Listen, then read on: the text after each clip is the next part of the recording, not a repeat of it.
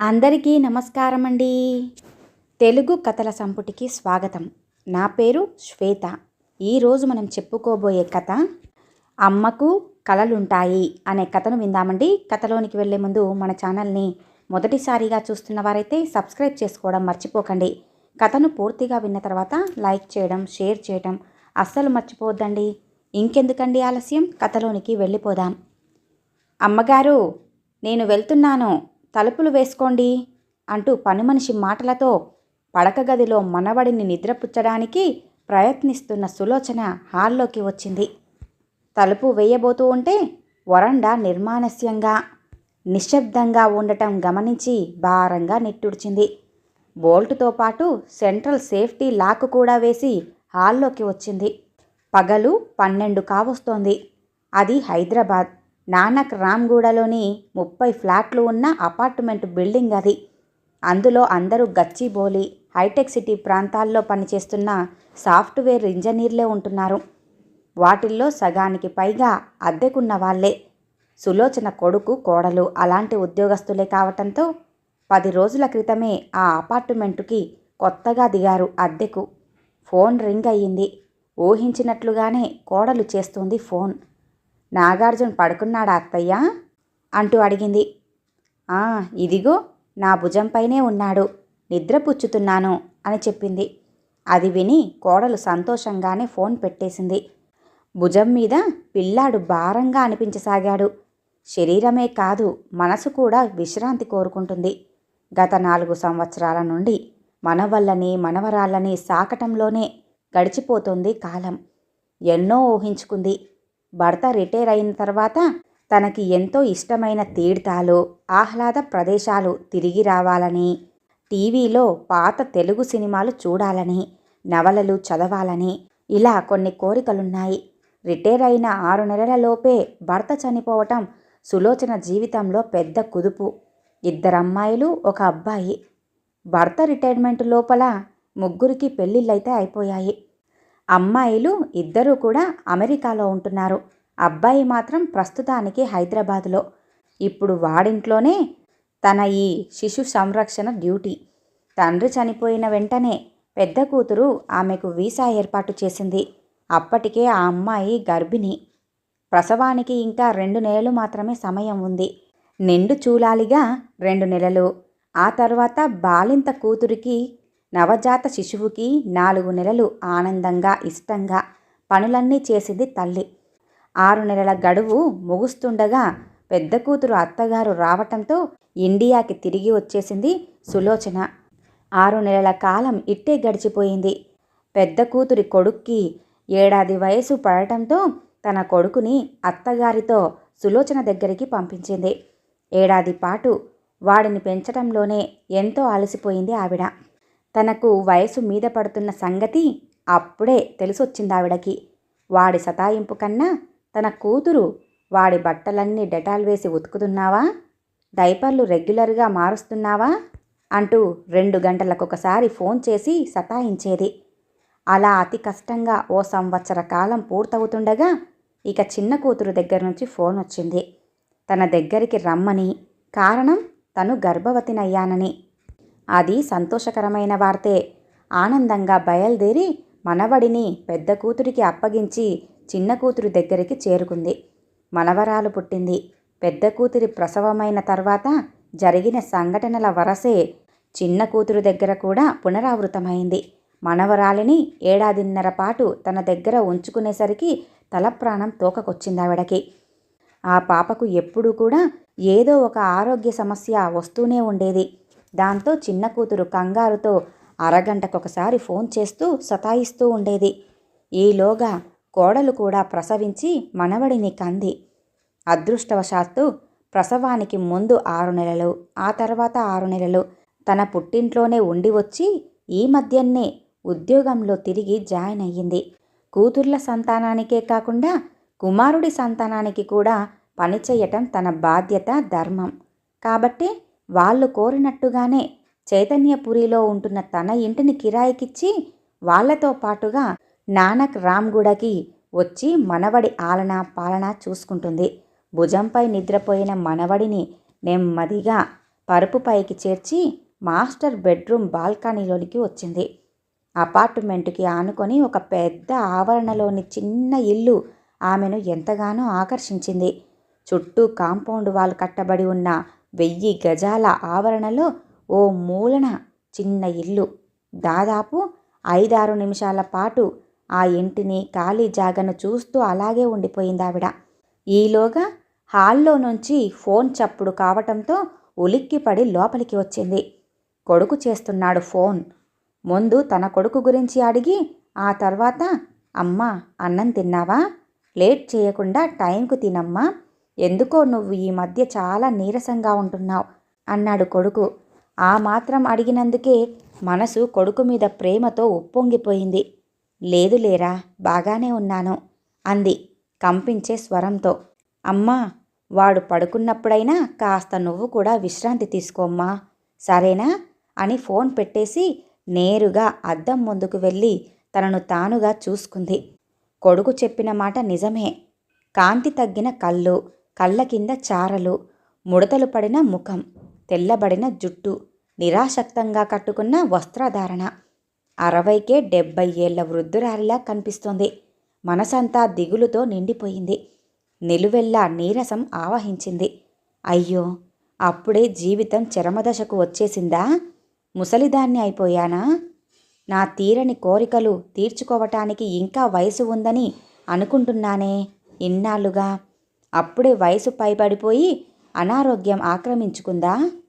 భర్త కొరకు, పిల్లల కొరకు ఇన్నాళ్ళుగా అర్పించుకున్న జీవితం ఇప్పుడు ఆ పిల్లల కోసం కూడా పాటుపడుతోంది. మరి నా కోసం సమయాన్ని కేటాయించుకునేది ఎప్పుడు? ఆ అద్భుతమైన సమయం అసలు వస్తుందా అనుకుంటూ అవే ఆలోచనలతో అన్నం కూడా తినాలనిపించక మంచం పైకి వాలిపోయిందావిడ. మూసుకుపోతున్న రెప్పల నుండి కన్నీటి చుక్కలు నిశ్శబ్దంగా చెంపలపైకి జారాయి. మర్నాడు ఉదయం తొందరగానే నాగార్జున్ నిద్రపోయాడు. పని మనిషి తన పనిలో మునిగిపోయింది. సులోచన బాల్కనీలోనికి వచ్చింది. వీళ్ళది 2వ అంతస్తు కావటంతో ఆ చిన్న ఇల్లు స్పష్టంగా కనిపిస్తుంది. సింగిల్ బెడ్రూమ్ పోర్షన్ కాబోలు. ముందు వరండాతో చక్కగా ముచ్చటగా ఉంది. 1000 గజాల స్థలం కాబట్టి కాంపౌండ్ గేటు నుండి ఇంటి వరకు కారు వచ్చేంత తోవ. దానికి ఇరువైపులా శోభాయమానంగా పూల మొక్కలు, మిగతా ప్రదేశమంతా కూడా కూరగాయల మొక్కలు, పండ్ల చెట్లు. నిన్న అంతగా గమనించలేదు కానీ ఆ చిన్న ఇంటి పక్కనే పని మనిషికి రేకుల షెడ్ ఒకటి కాస్త పెద్దదిగానే కనిపిస్తుంది. దాని పక్కనే ఒక కారు కూడా ఉంది. పని మనిషి కాబోలు బట్టలు ఆరవేస్తోంది. ఒక మగ మనిషి పండ్ల చెట్లకు పాదులు చేస్తున్నాడు. అమ్మా, నేను వెళ్తున్నాను, బాబు కూడా లేచినట్టున్నాడు అంటూ పని మనిషి కేక వేయడంతో కళ చెదిరినట్టుగా హాల్లోకి వచ్చేసింది సులోచన. మళ్ళీ సాయంత్రం 5:30 కావస్తుండగా బాబు నాగార్జున నిద్రపోయాడు. మళ్ళీ బాల్కనీలోనికి వచ్చి చూసిందావిడ. ఆసక్తిగా కనిపిస్తున్న ఆ ఇంటి వైపు దృష్టి సారించింది. యజమానురాలు కాబోలు ఒక నడి వయసున్న స్త్రీ మొక్కల మధ్య తిరుగుతోంది. ఆమె వెనకాలే పని మనిషి దంపతులు. ఆవిడ ఒక్కో చోట ఆగి చెట్లను చూపిస్తూ ఏదో సూచనలిస్తోంది. పని మనిషి భర్త వెంటనే ఆ చెట్ల దగ్గరికి వెళ్ళి ఆమె చెప్పినట్లుగా చేస్తున్నాడు. అరగంట పాటు అలా తిరిగి వచ్చి తన ఇంటి ముందు వాకిట్లో అంతకు ముందే వేసిన వాలు కుర్చీలో కూర్చుందావిడ. పని మనిషి లోపలికి వెళ్ళి ప్లేటులో చిరుతిండి, ఒక పుస్తకం ఏదో పట్టుకొచ్చి ఆమెకిచ్చింది. చిన్న టీపాయ్ తీసుకొచ్చి దానిపై వాటర్ బాటిల్, టీ ఫ్లాస్క్ ఉంచి తన రేకుల షెడ్డులోకి వెళ్ళిపోయింది. వాలు కుర్చీలో కాలు మీద కాలు వేసుకొని కుడి చేత్తో చిరుతిండి తింటూ ఎడమ చేత్తో పుస్తకం చదువుతున్న ఆమెను చూస్తున్న సులోచనకి అసూయ కలిగింది. అయినా తన్మయత్వంతో ఆమె వైపు అలాగే చూస్తూ ఉండిపోయింది. మరునాడు కొడుకు కోడలు ఆఫీసులకి వెళ్ళిపోయిన తర్వాత వెంటనే నాగార్జునని ఎత్తుకొని బాల్కనీలోనికి వచ్చింది. తలుపు తెరిచి ఉండటంతో ఇంటి యజమానురాలు కనిపిస్తుంది. ఆవిడ టీవీ చూస్తూ టిఫిన్ తింటోంది. ఎంత అదృష్టవంతురాలీవిడ అనుకుంటూ మనసులోనే ఈర్షపడింది. ఆమెతో మాట్లాడాలి, స్నేహం చెయ్యాలి అని అనుకుంది సులోచన. అదృష్టవశాత్తు ఆ కోరిక ఆ శనివారమే తీరింది.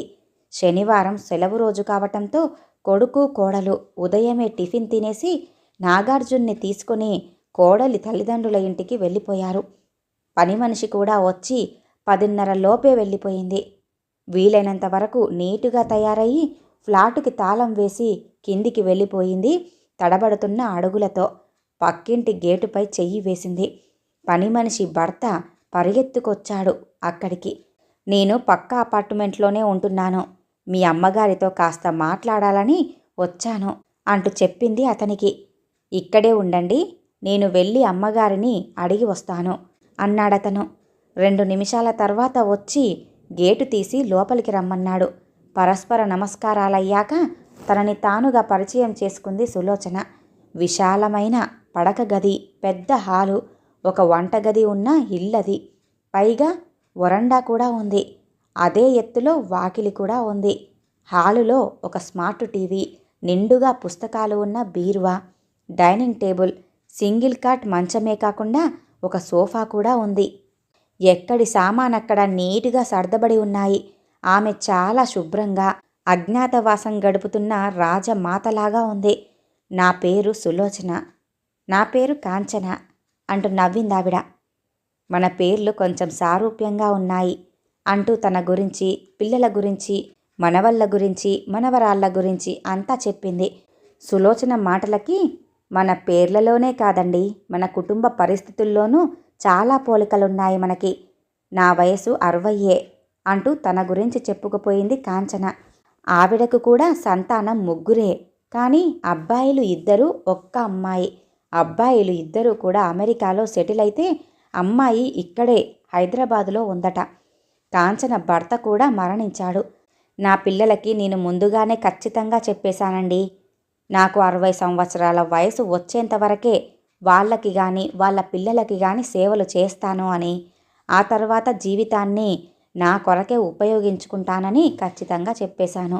మా వారు ఎప్పుడో చాలా తక్కువ ధరలో కొన్న ఈ 1000 గజాల స్థలం ఇప్పుడు కోట్ల విలువ చేస్తుంది. నా తదనంతరం 3కి కూడా ఈ ఆస్తి చెందేలా వేలునామా కూడా రాశాను. మా వారు తన రిటైర్మెంట్ డబ్బులతో నాకు ఈ చిన్న ఇల్లు కట్టించి ఇచ్చేశారు. నా ధర్మం, బాధ్యతగా 3కి ఒక్కొక్క సంతానం వరకు అన్ని సేవలు చేశాను. 2వ సంతానం బాధ్యత అంతా వాళ్ళదేనని కరాఖండిగా చెప్పేశాను అంది కాంచన. నిజంగా చాలా మంచి నిర్ణయం తీసుకున్నారండి అని కాంచనని అభినందిస్తూ అంది సులోచన. ఇక్కడున్న అమ్మాయి మాత్రం అప్పుడప్పుడు వచ్చి వెళ్తూ ఉంటుంది.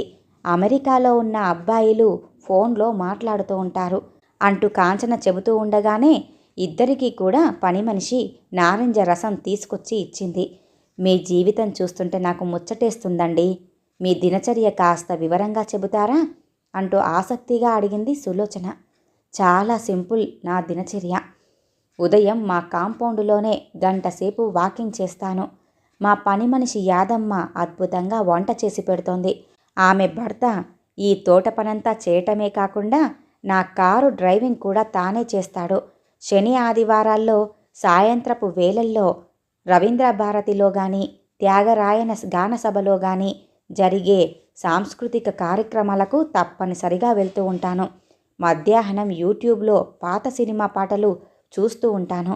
ఆ టైంలో మా యాదమ్మ నాకు ఇష్టమైన స్నాక్స్ చేసి పెడుతూ ఉంటుంది.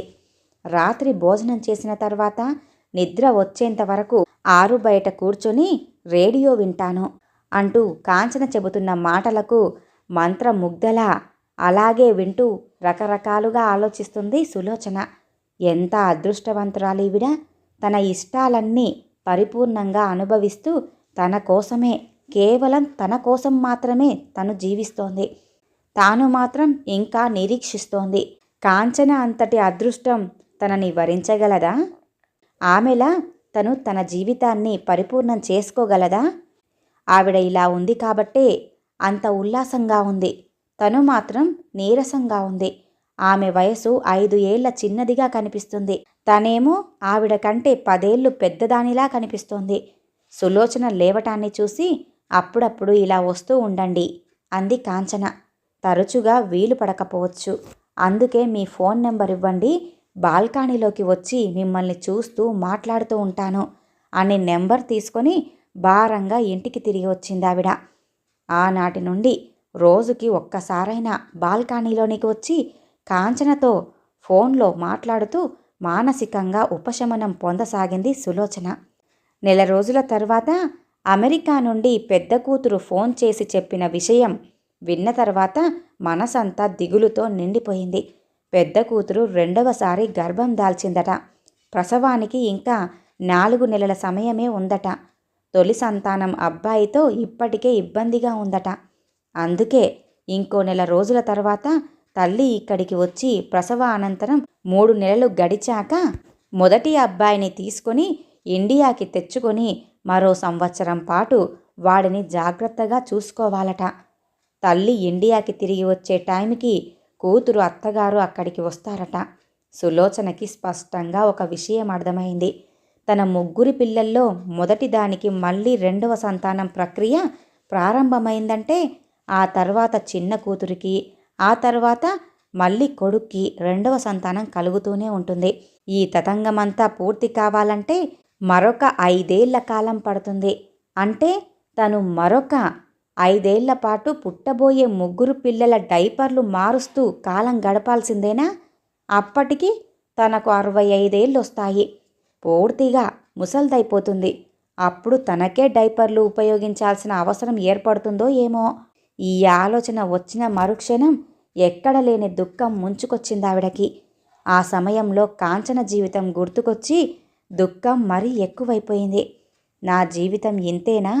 భర్త కొరకు, పిల్లల కొరకు, ఆ పిల్లల పిల్లల కొరకు జీవించటమేనా ఈ జీవిత పరమార్థం? కాంచనలా జీవించలేనా? నా కోసం జీవించటం అనేది లేనే లేదా నా జీవితంలో? మనసంతా శూన్యంగా తయారైంది. కొడుకు వచ్చేంతవరకు అలానే నిస్సత్తువగా మంచంపై ఉండిపోయింది. ఏమ్మా అలా ఉన్నావు? ఏమైనా జ్వరంగా ఉందా అంటూ ఆతృతగా అడిగాడు కొడుకు. జ్వరమేం లేదురా కన్నా, ఎందుకో నీరసంగా ఉంది అందావిడ. అంతలో కోడలు కూడా వచ్చింది. భోజనం చేయటానికి మనసు అంగీకరించక మజ్జిగ తాగేసి పడుకుంది సులోచన. మనసంతా అసంతృప్తితో నిండిపోయి నిద్ర కరువైనట్టుగా ఉంది. మర్నాడు శనివారం కావటంతో ఇంట్లో పెద్దగా హడావిడిగా లేదు. నింపాదిగా టిఫిన్ల కార్యక్రమం అయ్యాక మనవడికి వ్యాక్సిన్ ఇప్పించాలని వాడిని తీసుకొని కోడలు బయటికి వెళ్ళింది. కొడుకు హాల్లో టీవీ చూస్తున్నాడు. వంటింట్లో పని మనిషి అంట్లు తోముతోంది. మాస్టర్ బెడ్రూమ్ ఖాళీగా ఉండటంతో బాల్కనీలోకి వచ్చింది సులోచన. చెట్లకు నీళ్లు పెడుతున్న డ్రైవర్తో పాటుగా తను కూడా తిరుగుతూ పర్యవేక్షిస్తుంది కాంచన. హాలులో ఉన్న కొడుకు అమ్మా అంటూ వంటింట్లోకి వచ్చి చూశాడు. వంటింట్లో ఆవిడ లేదు. అంతలో బాబుగారు బాల్కనీలోకి వెళ్ళినట్లుగా ఉందండి అంటూ జవాబిచ్చింది పని మనిషి. బాల్కనీలో నుంచి అమ్మకు ఏం కనిపిస్తోంది అంటూ ఆశ్చర్యంగా అన్నాడు. ఏమో బాబు, ఈ మధ్య అమ్మగారు చాలాసేపు ఆ బాల్కనీలోనే ఉంటున్నారు. ఈ మధ్య అమ్మగారు కూడా బాగా దిగులుగా ఉంటున్నారండి. చిన్నబాబుని ఎత్తుకుని బాల్కనీలోకి వెళ్ళి నిలబడుతున్నారు చాలాసేపు అంది పని మనిషి. అలాగా అంటూ తను కూడా వెళ్ళాడు కొడుకు బాల్కనీలోకి. అమ్మా అంటూ కొడుకు పిలుపుకి వెనుతిరిగింది సులోచన. అమ్మా, నిన్న పెద్దక్క ఫోన్ చేసింది. నీకు కూడా ఫోన్ చేసిందటగా అంటూ అడిగాడు తల్లిని. ముభావంగా తల ఊపిందావిడ. వచ్చే నెలలో నిన్ను రమ్మంటుందమ్మా అక్క అంటూ చెప్పాడు. మౌనంగా వింది సులోచన. ఏమ్మా, ఏం మాట్లాడటం లేదు? వెళ్ళటం నీకు ఇష్టం లేదా అంటూ అడిగాడు. వెళ్ళాలనే అనిపిస్తోంది. నా బాధ్యత కాబట్టి వెళ్ళక తప్పదు. కానీ నా జీవితం ఇలాగే ముగిసిపోవటం మాత్రం నాకు బాధగా అనిపిస్తోందిరా అంటూ దుఃఖం వచ్చేసింది ఆవిడకి. నాకు నేనే అర్థం కావటం లేదు అంటూ నిజంగానే ఏడ్చేస్తుందావిడ. కంగారు పడిపోయి, ప్లీజ్ అమ్మా ఏడవకు, ఏమైంది? అంత కష్టం అనిపిస్తే వెళ్ళొద్దులే, అక్కకు నేను ఫోన్ చేసి చెప్తాలే అంటున్నాడు కొడుకు. వద్దు నాన్న, వద్దు. అక్కకు అలా ఏం చెప్పకు. నేను వెళ్తాలే కానీ నాకు ఆ ఇంట్లో ఉన్న కాంచనలాగా నా చరమదశ జీవితాన్ని గడపాలని ఉందిరా కన్నా అంటూ కన్నీళ్లను తుడుచుకుంటూ బాల్కనీలో నుండి తను చూసే కాంచన ఇంటిని చూపించింది కొడుక్కి. కాంచన ఎవరమ్మా? ఎవరూ లేరే ఇక్కడ అంటూ అయోమయంగా అన్నాడతను. అదిగో అదిగోరా, ఆ కారు డ్రైవరు మామిడి చెట్టుకు నీళ్లు పడుతున్నాడు కదా, అతని పక్కన్నే నిలబడి అతనికేదో చెబుతుంది చూడు, ఆవిడే కాంచన. ఆ తోట యజమానురాలు. నాకు బాగా స్నేహమయ్యిందిరా ఈ మధ్య అంటున్న తల్లి మాటలకు మరింత దిగ్భ్రాంతికి గురయ్యాడు కొడుకు. అక్కడ తోట మాట అటుంచి ఒక మంచి చెట్టు కూడా కనిపించటం లేదు. పని మనుషులెవ్వరూ కూడా లేరక్కడ.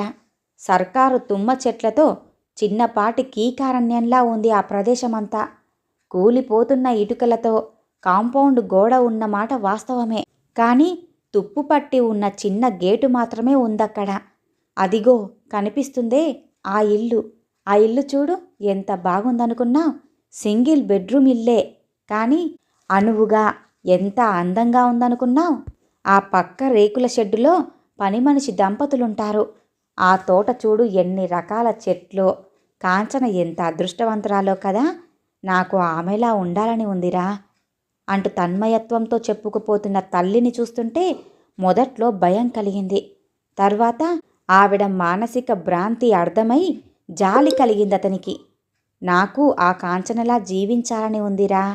అదే మాట వల్ల వేస్తున్న తల్లిని గుండెకు హత్తుకొని నెమ్మదిగా లోపలికి తీసుకెళ్లాడు అతను చెమ్మగిల్లిన కళ్ళతో. ఈ కథ ఇంతటితో సమాప్తమండి. విన్నారుగా. తన భర్తకి, పిల్లలకి, పిల్లల పిల్లలకి కూడా బాగా సేవలు చేసి అలసిపోయిన ఆ తల్లి తన చరమ దశలో ఎలా ఉండాలి అని కలలు కందో దానికి వ్యతిరేకంగా జరుగుతూ ఉంటే ఆ కలలే తనకు భ్రాంతిగా, ఒక మానసిక వ్యాధిగా తయారై ఆవిడను ఎంత బాధ పెట్టిందో. ఈ కథ కనుక మీకు నచ్చినట్లయితే లైక్ చేయండి, షేర్ చేయండి, అలాగే సబ్స్క్రైబ్ చేసుకొని మన ఛానల్ని ఎంకరేజ్ చేయండి. మీ యొక్క విలువైన అభిప్రాయాలను కూడా కామెంట్ రూపంలో తెలియజేయండి. మరొక మంచి కథతో మళ్ళీ కలుద్దామండి. నమస్కారం.